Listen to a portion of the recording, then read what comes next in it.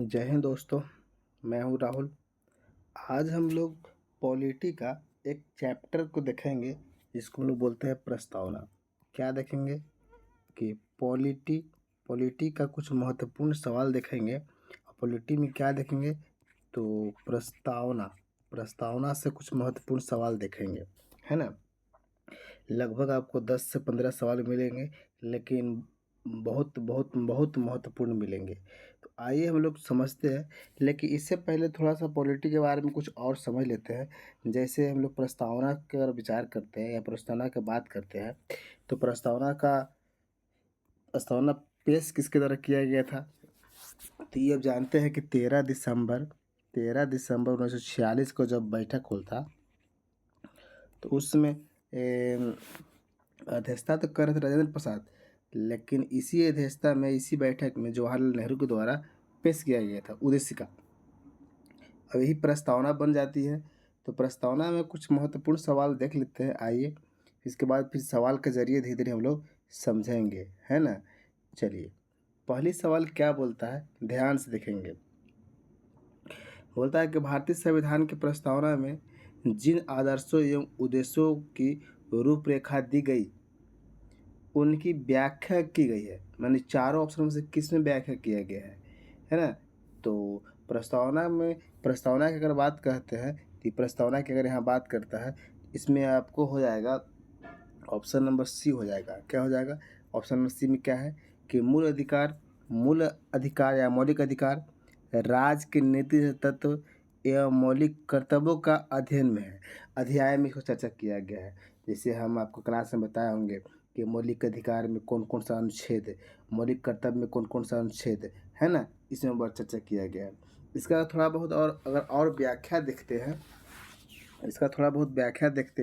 तो व्याख्या हम बोल सकते हैं कि जैसे आप जानते हैं कि भारतीय संविधान की प्रस्तावना में सामाजिक, आर्थिक और राजनीतिक न्याय है। विचार के अगर बारे में बात करेंगे तो विचार कौन कौन है, विचार बोल रहे हैं।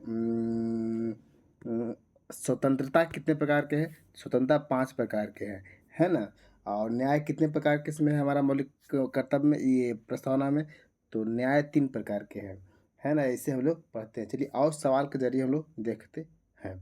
जैसे दूसरी सवाल क्या बोलता है कि भारतीय संविधान का कौन सा भाग संविधान की आत्मा कहलाती है? संविधान की आत्मा तो कहलाता है उद्देशिका या प्रस्तावना संविधान की आत्मा कहलाती है। ये किसने कहा था कि बता सकते हैं, किसने कहा था संविधान की आत्मा? बताइए, कोई कमेंट करके बताइए कि हम आपको क्लास में बता चुके। कमेंट करके बताइए किसने कहा है, कमेंट करके बताइए किसने कहा। अब अगर बोल देगा कि आर्टिकल जो 32 है, आर्टिकल 32 को भी संविधान की आत्मा बोला जाता है। आर्टिकल 32 को आत्मा बोला जाता है। ये आत्मा बोले थे doctor Bhimrao Ambedkar, doctor B R Ambedkar के द्वारा बोला गया था। किसको? आर्टिकल 32 को। लेकिन संविधान की आत्मा किसे कहते हैं? संविधान की आत्मा तो ये चार ऑप्शन में से किसे कहते हैं? तो आपको कहते हैं मौलिक, इसी उद्देशिका को मिलते हैं, उद्देशिका या प्रस्तावना को कहते हैं। आप कमेंट करके बताइए कि किसने कहा था। तीसरी सवाल क्या कहता है कि भारतीय गणतंत्र की 26 जनवरी 1950 को संवैधानिक वस्तुति क्या थी? मतलब उसमें संविधान क्या था? जब संविधान लागू हुआ उसमें प्रस्तावना में क्या उल्लेख था? कहने का मतलब यही है। तो क्या आपको ये उल्लेख था, या ऑप्शन नंबर सी और ऑप्शन नंबर डी तो कट गया है, इसमें है नहीं। इसमें क्या उल्लेख था बता सकते हैं? जैसे हम बताए होंगे कि प्रस्तावना में जब कब 26 जनवरी 1950 के बोल रहे हैं, तो क्या क्या इसमें था? आप सभी जानते हैं कि संपूर्ण प्रभुत्व संपन्न और लोकतांत्रिक गणराज्य, यही था बहादुर, ना कि धर्मनिरपेक्ष था, है ना। क्या था? संपूर्ण, यहाँ से आता ठीक है, यहाँ से ठीक है, ये ठीक है, ये भी नहीं था बहादुर लोग, सॉरी ये था। क्या? ये था। आपको क्या बोल सकते हैं इसके डायरेक्ट कि संपूर्ण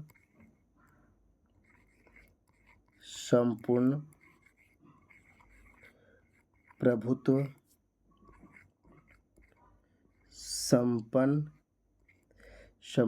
संपन्न लोकतांत्रिक लोकतंत्रात्मक गणराज्य। ये था वॉट बहादुर लोग, ये कहा था 26 जनवरी 1950 में। और जब इसमें संविधान संशोधन हो जाएगा, जैसे जानते हैं कि 42वां संविधान संशोधन कब हुआ था, 42वां संविधान संशोधन कब हुआ था, 1976 में। जब 1976 में होगा तो इसमें बहुत कुछ जोड़ दिया जाएगा, जैसे अखंडता जोड़ दिया जाएगा, समाजवादी जोड़ दिया जाएगा, पंथ निरपेक्ष जोड़ दिया जाएगा, है ना, ये सब शब्द आपको जोड़ दिया जाएगा। चलिए, अच्छा एक बात और कि आप ही कमेंट करके बताएंगे, हम सब कमेंट देखते हैं ना, आप ही कमेंट करके बताएंगे कि जब इतना तारीख जो 42वां संविधान संशोधन लागू होता तो पूर्ण रूप से क्या इसमें होगा, ये पूर्ण रूप से इसका आंसर क्या होगा। आप यहाँ कमेंट करेंगे क्या क्या इसमें होगा, है ना, जब 1976 में क्या क्या इसमें होगा, कमेंट करेंगे। अगली सवाल क्या है थोड़ा देख लेते हैं। सवाल नंबर बोल रहा है कि भारतीय संविधान में हमारे राष्ट्र का उल्लेख किस या किन नामों में किया था, मतलब भारत को राष्ट्र का उल्लेख किन नाम किया जाता है, किन नामों से चर्चा किया जाता है। तो क्या क्या भारत और इंडिया, क्या हिंदुस्तान और इंडिया, क्या भारत हिंदुस्तान इंडिया। तो बिल्कुल सही जवाब ऑप्शन नंबर क्या हो जाएगा, ऑप्शन नंबर ए, मतलब कि भारत अर्थात इंडिया का चर्चा किया गया है। भारत अर्थात किसका चर्चा किया गया है, इंडिया का। अब संविधान में हमारे राष्ट्र का उल्लेख दो नामों से किया जाता है, एक क्या है, एक भारत है, दूसरा क्या है, तो भारत, दूसरा इंडिया है। कोई दिक्कत रुक नहीं। अब पूछ देगा आपको कि कहाँ किया गया है, तो अनुच्छेद 1 का 1 आर्टिकल जो है, आर्टिकल 1 सब क्लॉज 1 में इसका किया गया कि इंडिया अर्थात भारत अर्थात इंडिया राज्यों का संघ है, यहाँ पर चर्चा किया गया है। कोई दिक्कत यहाँ पर समझने में। चलिए, अगर पूछ जाए कि भाग कितना में है, ये चर्चा किया गया है, तो अनुच्छेद तक दिख गया, भाग बोलेगा तो भाग 1 में है, कितने में है, तो भाग 1 में चर्चा है, कहाँ है, भाग 1 में, और अनुच्छेद 1 के 1 में चर्चा है। कोई दिक्कत बहादुर लोग। आइए सवाल नंबर 5। सवाल नंबर 5 क्या बोलता है कि भारतीय संघवाद को सहकारी संघवाद किसने कहा था।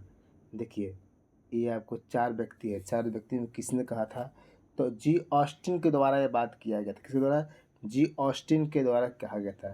तो क्या बोल रहा है, जी ऑस्टिन एक अमेरिकी इतिहासकार थे। पहली बात, ये कहाँ गए थे, कि अमेरिकी इतिहासकार थे।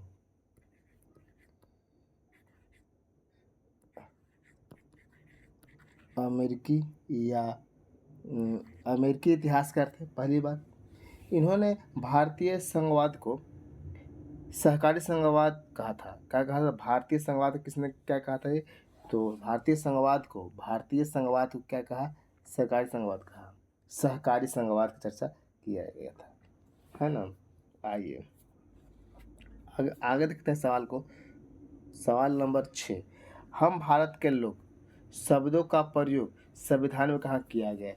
जैसे हम लोग प्रस्तावना शुरू करते हैं, प्रस्तावना बहादुर लोग, हम प्रस्तावना पढ़ाना शुरू किए हैं तो पहला वर्ड यही था कि हम भारत के लोग, है ना। तो हम भारत के लोग कहाँ चर्चा किया गया, तो भारत के संविधान की प्रस्तावना में चर्चा किया गया है, हम भारत के लोग। मतलब कहने का मतलब कि हम भारत के लोग, कहने का मतलब कि हम भारत के लोग शब्दों से यह अर्थ निकलता है कि संविधान का मूल स्रोत भारत की जनता है ना। भारत की जनता के द्वारा, मैंने हम भारत के लोग मिलकर संविधान को निर्माण किया है, और हम और हमारा देश का जनता के द्वारा संविधान का निर्माण किया गया है। ये सब हम बताए हैं, न कि बाहरी सत्ता के, न कि बाहरी लोग या बाहरी सत्ता हमारा संविधान निर्माण किया है, ये नहीं किया है। कौन किया है, तो हम भारत के लोग, हम भारत के लोग मिलकर किए हैं। तो कहाँ इसका वर्णन किया गया है, तो संविधान की प्रस्तावना में वर्णन किया गया है।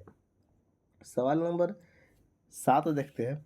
सवाल नंबर 7 हमको आशा है कि आप बता दीजिएगा, आपको पढ़ा चुके हैं और अच्छे से बताया है। क्या बोल रहा है कि निम्नलिखित शब्दों में से कौन सा शब्द सन 1975, क्या लिखा है, 1975 में भारतीय संविधान की प्रस्तावना में शामिल नहीं था, सम्मिलित नहीं था। तो ध्यान देना होगा किस नहीं बोल रहा है, तो नहीं था ना। तो देखिए, पहली बात कि 1975 में आपको क्या क्या था और क्या क्या नहीं था। 1975 में यानी कि संविधान लागू कब हुआ है, संविधान लागू हुआ है 1950 में। 1950 में था, 1950 से लेकर यहाँ तकला 1975 तकला कौन सा वर्ड नहीं आया था? देखिए, ई बंधुत्व है बहादुर, समानता है, ये संप्रभुता है, लेकिन अखंडता जो है ना, ये अखंडता कब आया है? 42वां संविधान संशोधन 1976 में आया है। आप जानते हैं कि 42वां संविधान संशोधन के तहत 3 शब्द जोड़ा गया है, समाजवादी, पंथ निरपेक्ष और क्या जोड़ा गया? अखंडता जोड़ा गया। तो कब जोड़ा गया? 1976, 76 लिखा हुआ 1976 में। देखो सवाल कब पूछ रहा है? 1975 में। तो 1975 में कौन नहीं होना चाहिए? तो अखंडता नहीं होना चाहिए। समझ में आया ना? क्योंकि अखंडता कब आया है? तो 76 में आया। कब? 42वां संविधान संशोधन 1976 में आया था। कोई दिक्कत तो बहादुर लोग, इसका आंसर हो जाएगा ऑप्शन नंबर डी। बंधुत्व तो पहले से इसमें चर्चा है। बंधुत्व के बारे में हम अच्छे से आपको बता चुके हैं, इसका मतलब समझा चुके हैं कि बंधुत्व में 3 बात हम किए। बंधुत्व मतलब भाईचारा। भाईचारा में 3 बात हम किए थे। एक अखंडता किए थे, एक एकता किए थे और एक व्यक्ति की गरिमा किए थे। ये चीज़ हम चर्चा आपको कर चुके हैं, है ना? तो चलिए, सवाल आगे मिलेगा तो उसको भी व्याख्या फिर से कर देंगे। चलिए, यहाँ तक समझने में कोई दिक्कत है तो बोलिए। सवाल नंबर 8, सभी व्यक्ति पूर्णतः और समान रूप से मानव है, यह सिद्धांत जाना जाता है। ये सिद्धांत कहाँ जाना जाता है? ये लैंग्वेज के पहले पढ़िए।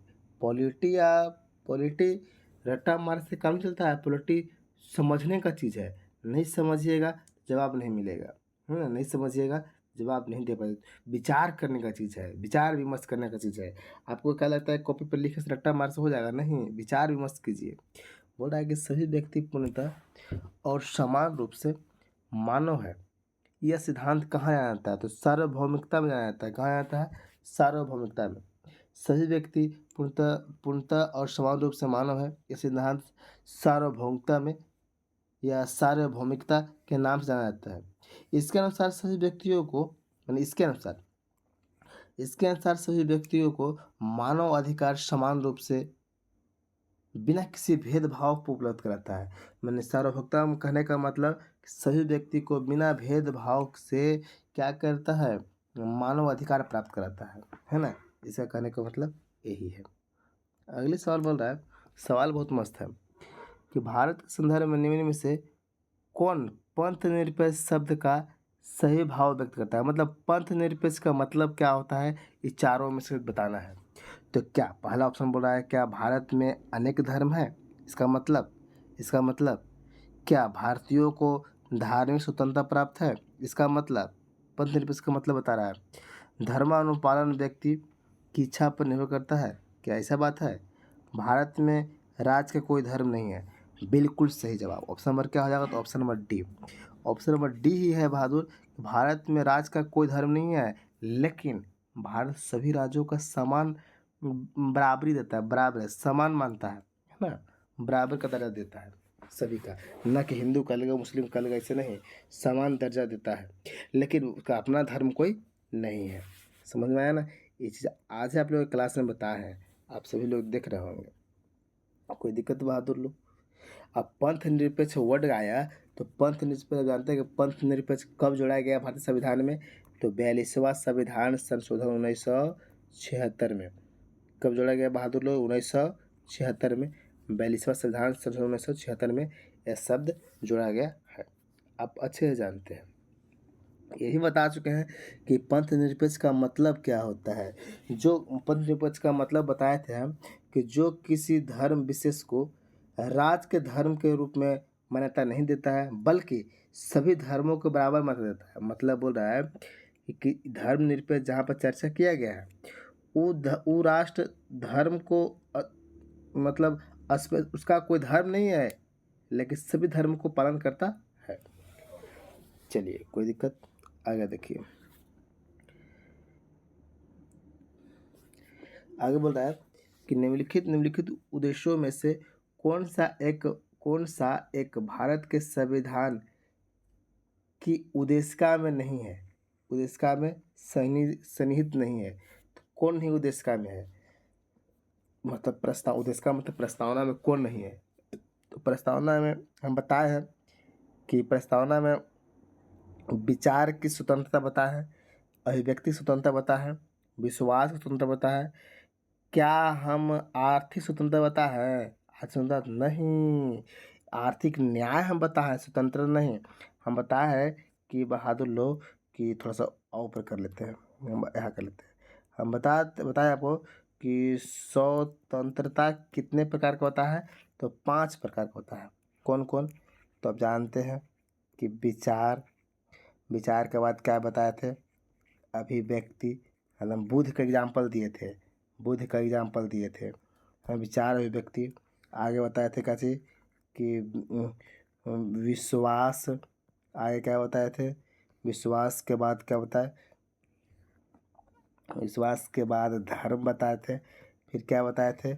उपासना, उपासना, ये पूरा का पूरा स्वतंत्रता है। स्वतंत्रता 5 प्रकार के हैं। तो 5 प्रकार में देखिए तो क्या इसमें पाँचों में आर्थिक कहीं लिखा हुआ है? लिखा हुआ है आर्थिक? नहीं लिखा हुआ है। इसका आंसर कौन हो जाएगा? और नहीं पूछा तो आर्थिक हो जाएगा। इसको याद करने का तरीका बताए थे कि गौतम बुद्ध को, हम गौतम बुद्ध के बारे में चर्चा किए थे कि गौतम बुद्ध को पहले बहादुर लोग कि विचार आता है। क्या आता है? विचार। और वो विचार को लोगों के सामने व्यक्त करते हैं, और जब लोगों को अच्छा लगता है तो लोग गौतम बुद्ध पर क्या करने लगते हैं? विश्वास करने लगते हैं। और जब गौतम बुद्ध विश्वास करते हैं तो फिर क्या अपना लेते हैं? तो धर्म अपनाते हैं। और जिस धर्म को अपनाइएगा उसको क्या करना पड़ता है? तो उपासना करना पड़ता है, पूजा पाठ करना पड़ता है ना? ऐसे ट्रिक लगाए थे। समझ में आया ना? तो आप सभी लोग जानते हैं। सवाल नंबर आपको 11 सवाल नंबर क्या बोलता है? 11 सवाल नंबर, अच्छा 11 से पहले थोड़ा इस सवाल देख लीजिए। ये जो आपको है, ये आपको दिया गया है कि ये आर्थिक स्वतंत्रता तो कहीं है नहीं, क्योंकि आर्थिक न्याय है। हम बताए हैं कि प्रस्तावना में 3 प्रकार के न्याय होते हैं। तो प्रस्तावना में 3 प्रकार के न्याय कौन कौन बताए थे आपको? यहाँ पर देख लीजिए, न्याय के बारे में हम बताए हैं। क्या बताया है कि न्याय 3 प्रकार के। एक बहादुर लोग, सामाजिक, एक बताए थे सामाजिक न्याय, आर्थिक न्याय, एक क्या बताए थे? राजनीतिक, राजनीतिक या नीतिक, राजनीतिक न्याय। ये तीनों के बारे में, न्याय के बारे में हम लोग बताए हैं। फिर हम बताए थे समानता 2 प्रकार के बताए थे। इसके बारे में अच्छे से हम बता चुके हैं। सवाल समझ में आ रहा है कि नहीं आ रहा है? चलिए अगले सवाल क्या बोलता है? निम्नलिखित विवादों में से किसमें सर्वोच्च न्यायालय ने प्रस्तावना को भारतीय संविधान की मौलिक संरचना का अंग स्वीकार किया? मतलब कौन सा संशोधन में, मतलब कौन सा केस में, चारों में से कौन केस में मौलिक संरचना का अंग स्वीकार किया? मतलब प्रस्तावना संविधान का अंग है। तो जस्ट आपको कल बताए थे, ये बताए थे कि बेरुआरी कब आया था? तो बेरुआरी आप जानते हैं 1960 में आया था। इसमें बोल दिया गया कि ये संविधान का भाग नहीं है प्रस्तावना, जब भाग नहीं है तो संशोधन नहीं कर सकते हैं, तो इसका आंसर बेरुआरी नहीं होगा। एके गोपालनवाद जो है कि एके गोपालनवाद कब आया था बता सकते हैं? एके गोपालनवाद में भी चर्चा भी नहीं किया गया है। तो इसका आंसर हो जाएगा आप केशवानंद भारती जो 1973 में आया था।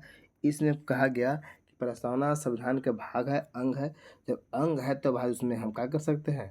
संशोधन कर सकते हैं। लेकिन उसका जो मूल ढांचा है, मतलब जो पहले से बनावट है, उसको में थोड़ा बहुत नया जोड़ सकते हैं, लेकिन जो पहले से है उसको काट नहीं सकते।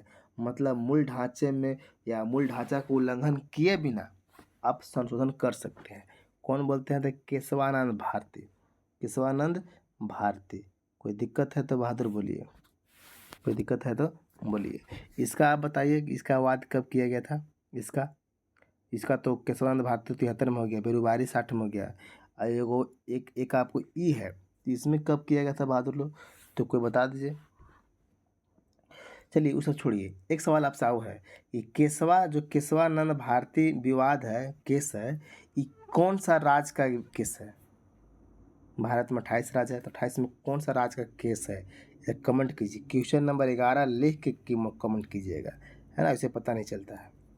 सवाल नंबर 12 बोलता है कि कथनों पर विचार कीजिए, और लास्ट टाइम उपयुक्त कथनों में से कौन सा कथन क्या है? सत्य बोल रहे हैं। पहली बात कि भारत में लोकतांत्रिक राज्य व्यवस्था है। अरे बिल्कुल सही है, इसमें कोई दिक्कत नहीं है। भारत एक प्रभुता सम्मान राज्य है, संपन्न राज्य है। बिल्कुल सही बात है। भारत में लोकतांत्रिक समाज है, ये भी सही है। भारत एक कल्याणकारी राज्य है, तो शब्द कम सही है, तो आंसर को जाएगा तो ऑप्शन नंबर डी हो जाएगा। क्या हो जाएगा? Option number D. Option number D. और देखिए बहादुर लोग, आज का सवाल आपको 12 को रहेगा, लेकिन 12 को सवाल से आप पहले कुछ सीखिए मेरा बात ध्यान से। आप 5 रुपया वाला एक कॉपी लेंगे और 5 रुपये वाला कॉपी में लगभग रोज़ 10-15 को सवाल हम आपको देंगे और इस सवाल को लिखेंगे। सवाल को लिखेंगे तभी याद होगा, खाली वीडियो देख लेने से याद नहीं होगा। सवाल को लिखिए।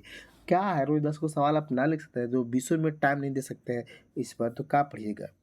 तो रोज़ आप 10 सवाल 15 सवाल जो भी हम कराएंगे उसको आप कॉपी पर लिखिए, और जो डिस्कशन से लगता है कि इसमें कुछ नया जोड़ सकते हैं तो आप जोड़ सकते हैं। और जो भी आपको अभी कमेंट करने के लिए सवाल दिए हैं, सवाल को हमको बताइए देख के। जैसे क्या है ना कि सवाल पर सर्च कीजिएगा आप, हम होमवर्क दिए आप सर्च कीजिएगा, सर्च करने से ज्ञान बढ़ती है ना। ये चलते होमवर्क आपको देते हैं कि ये आप कमेंट कीजिए, है ना। तो आप कमेंट कीजिएगा, और क्लास अच्छा लगा तो क्लास को आगे अपने दोस्तों के पास शेयर भी करेंगे। चलिए मिलते हैं अगले क्लास में, अगले टॉपिक के जरिए अगले टॉपिक लेकर आएंगे। चलिए धन्यवाद।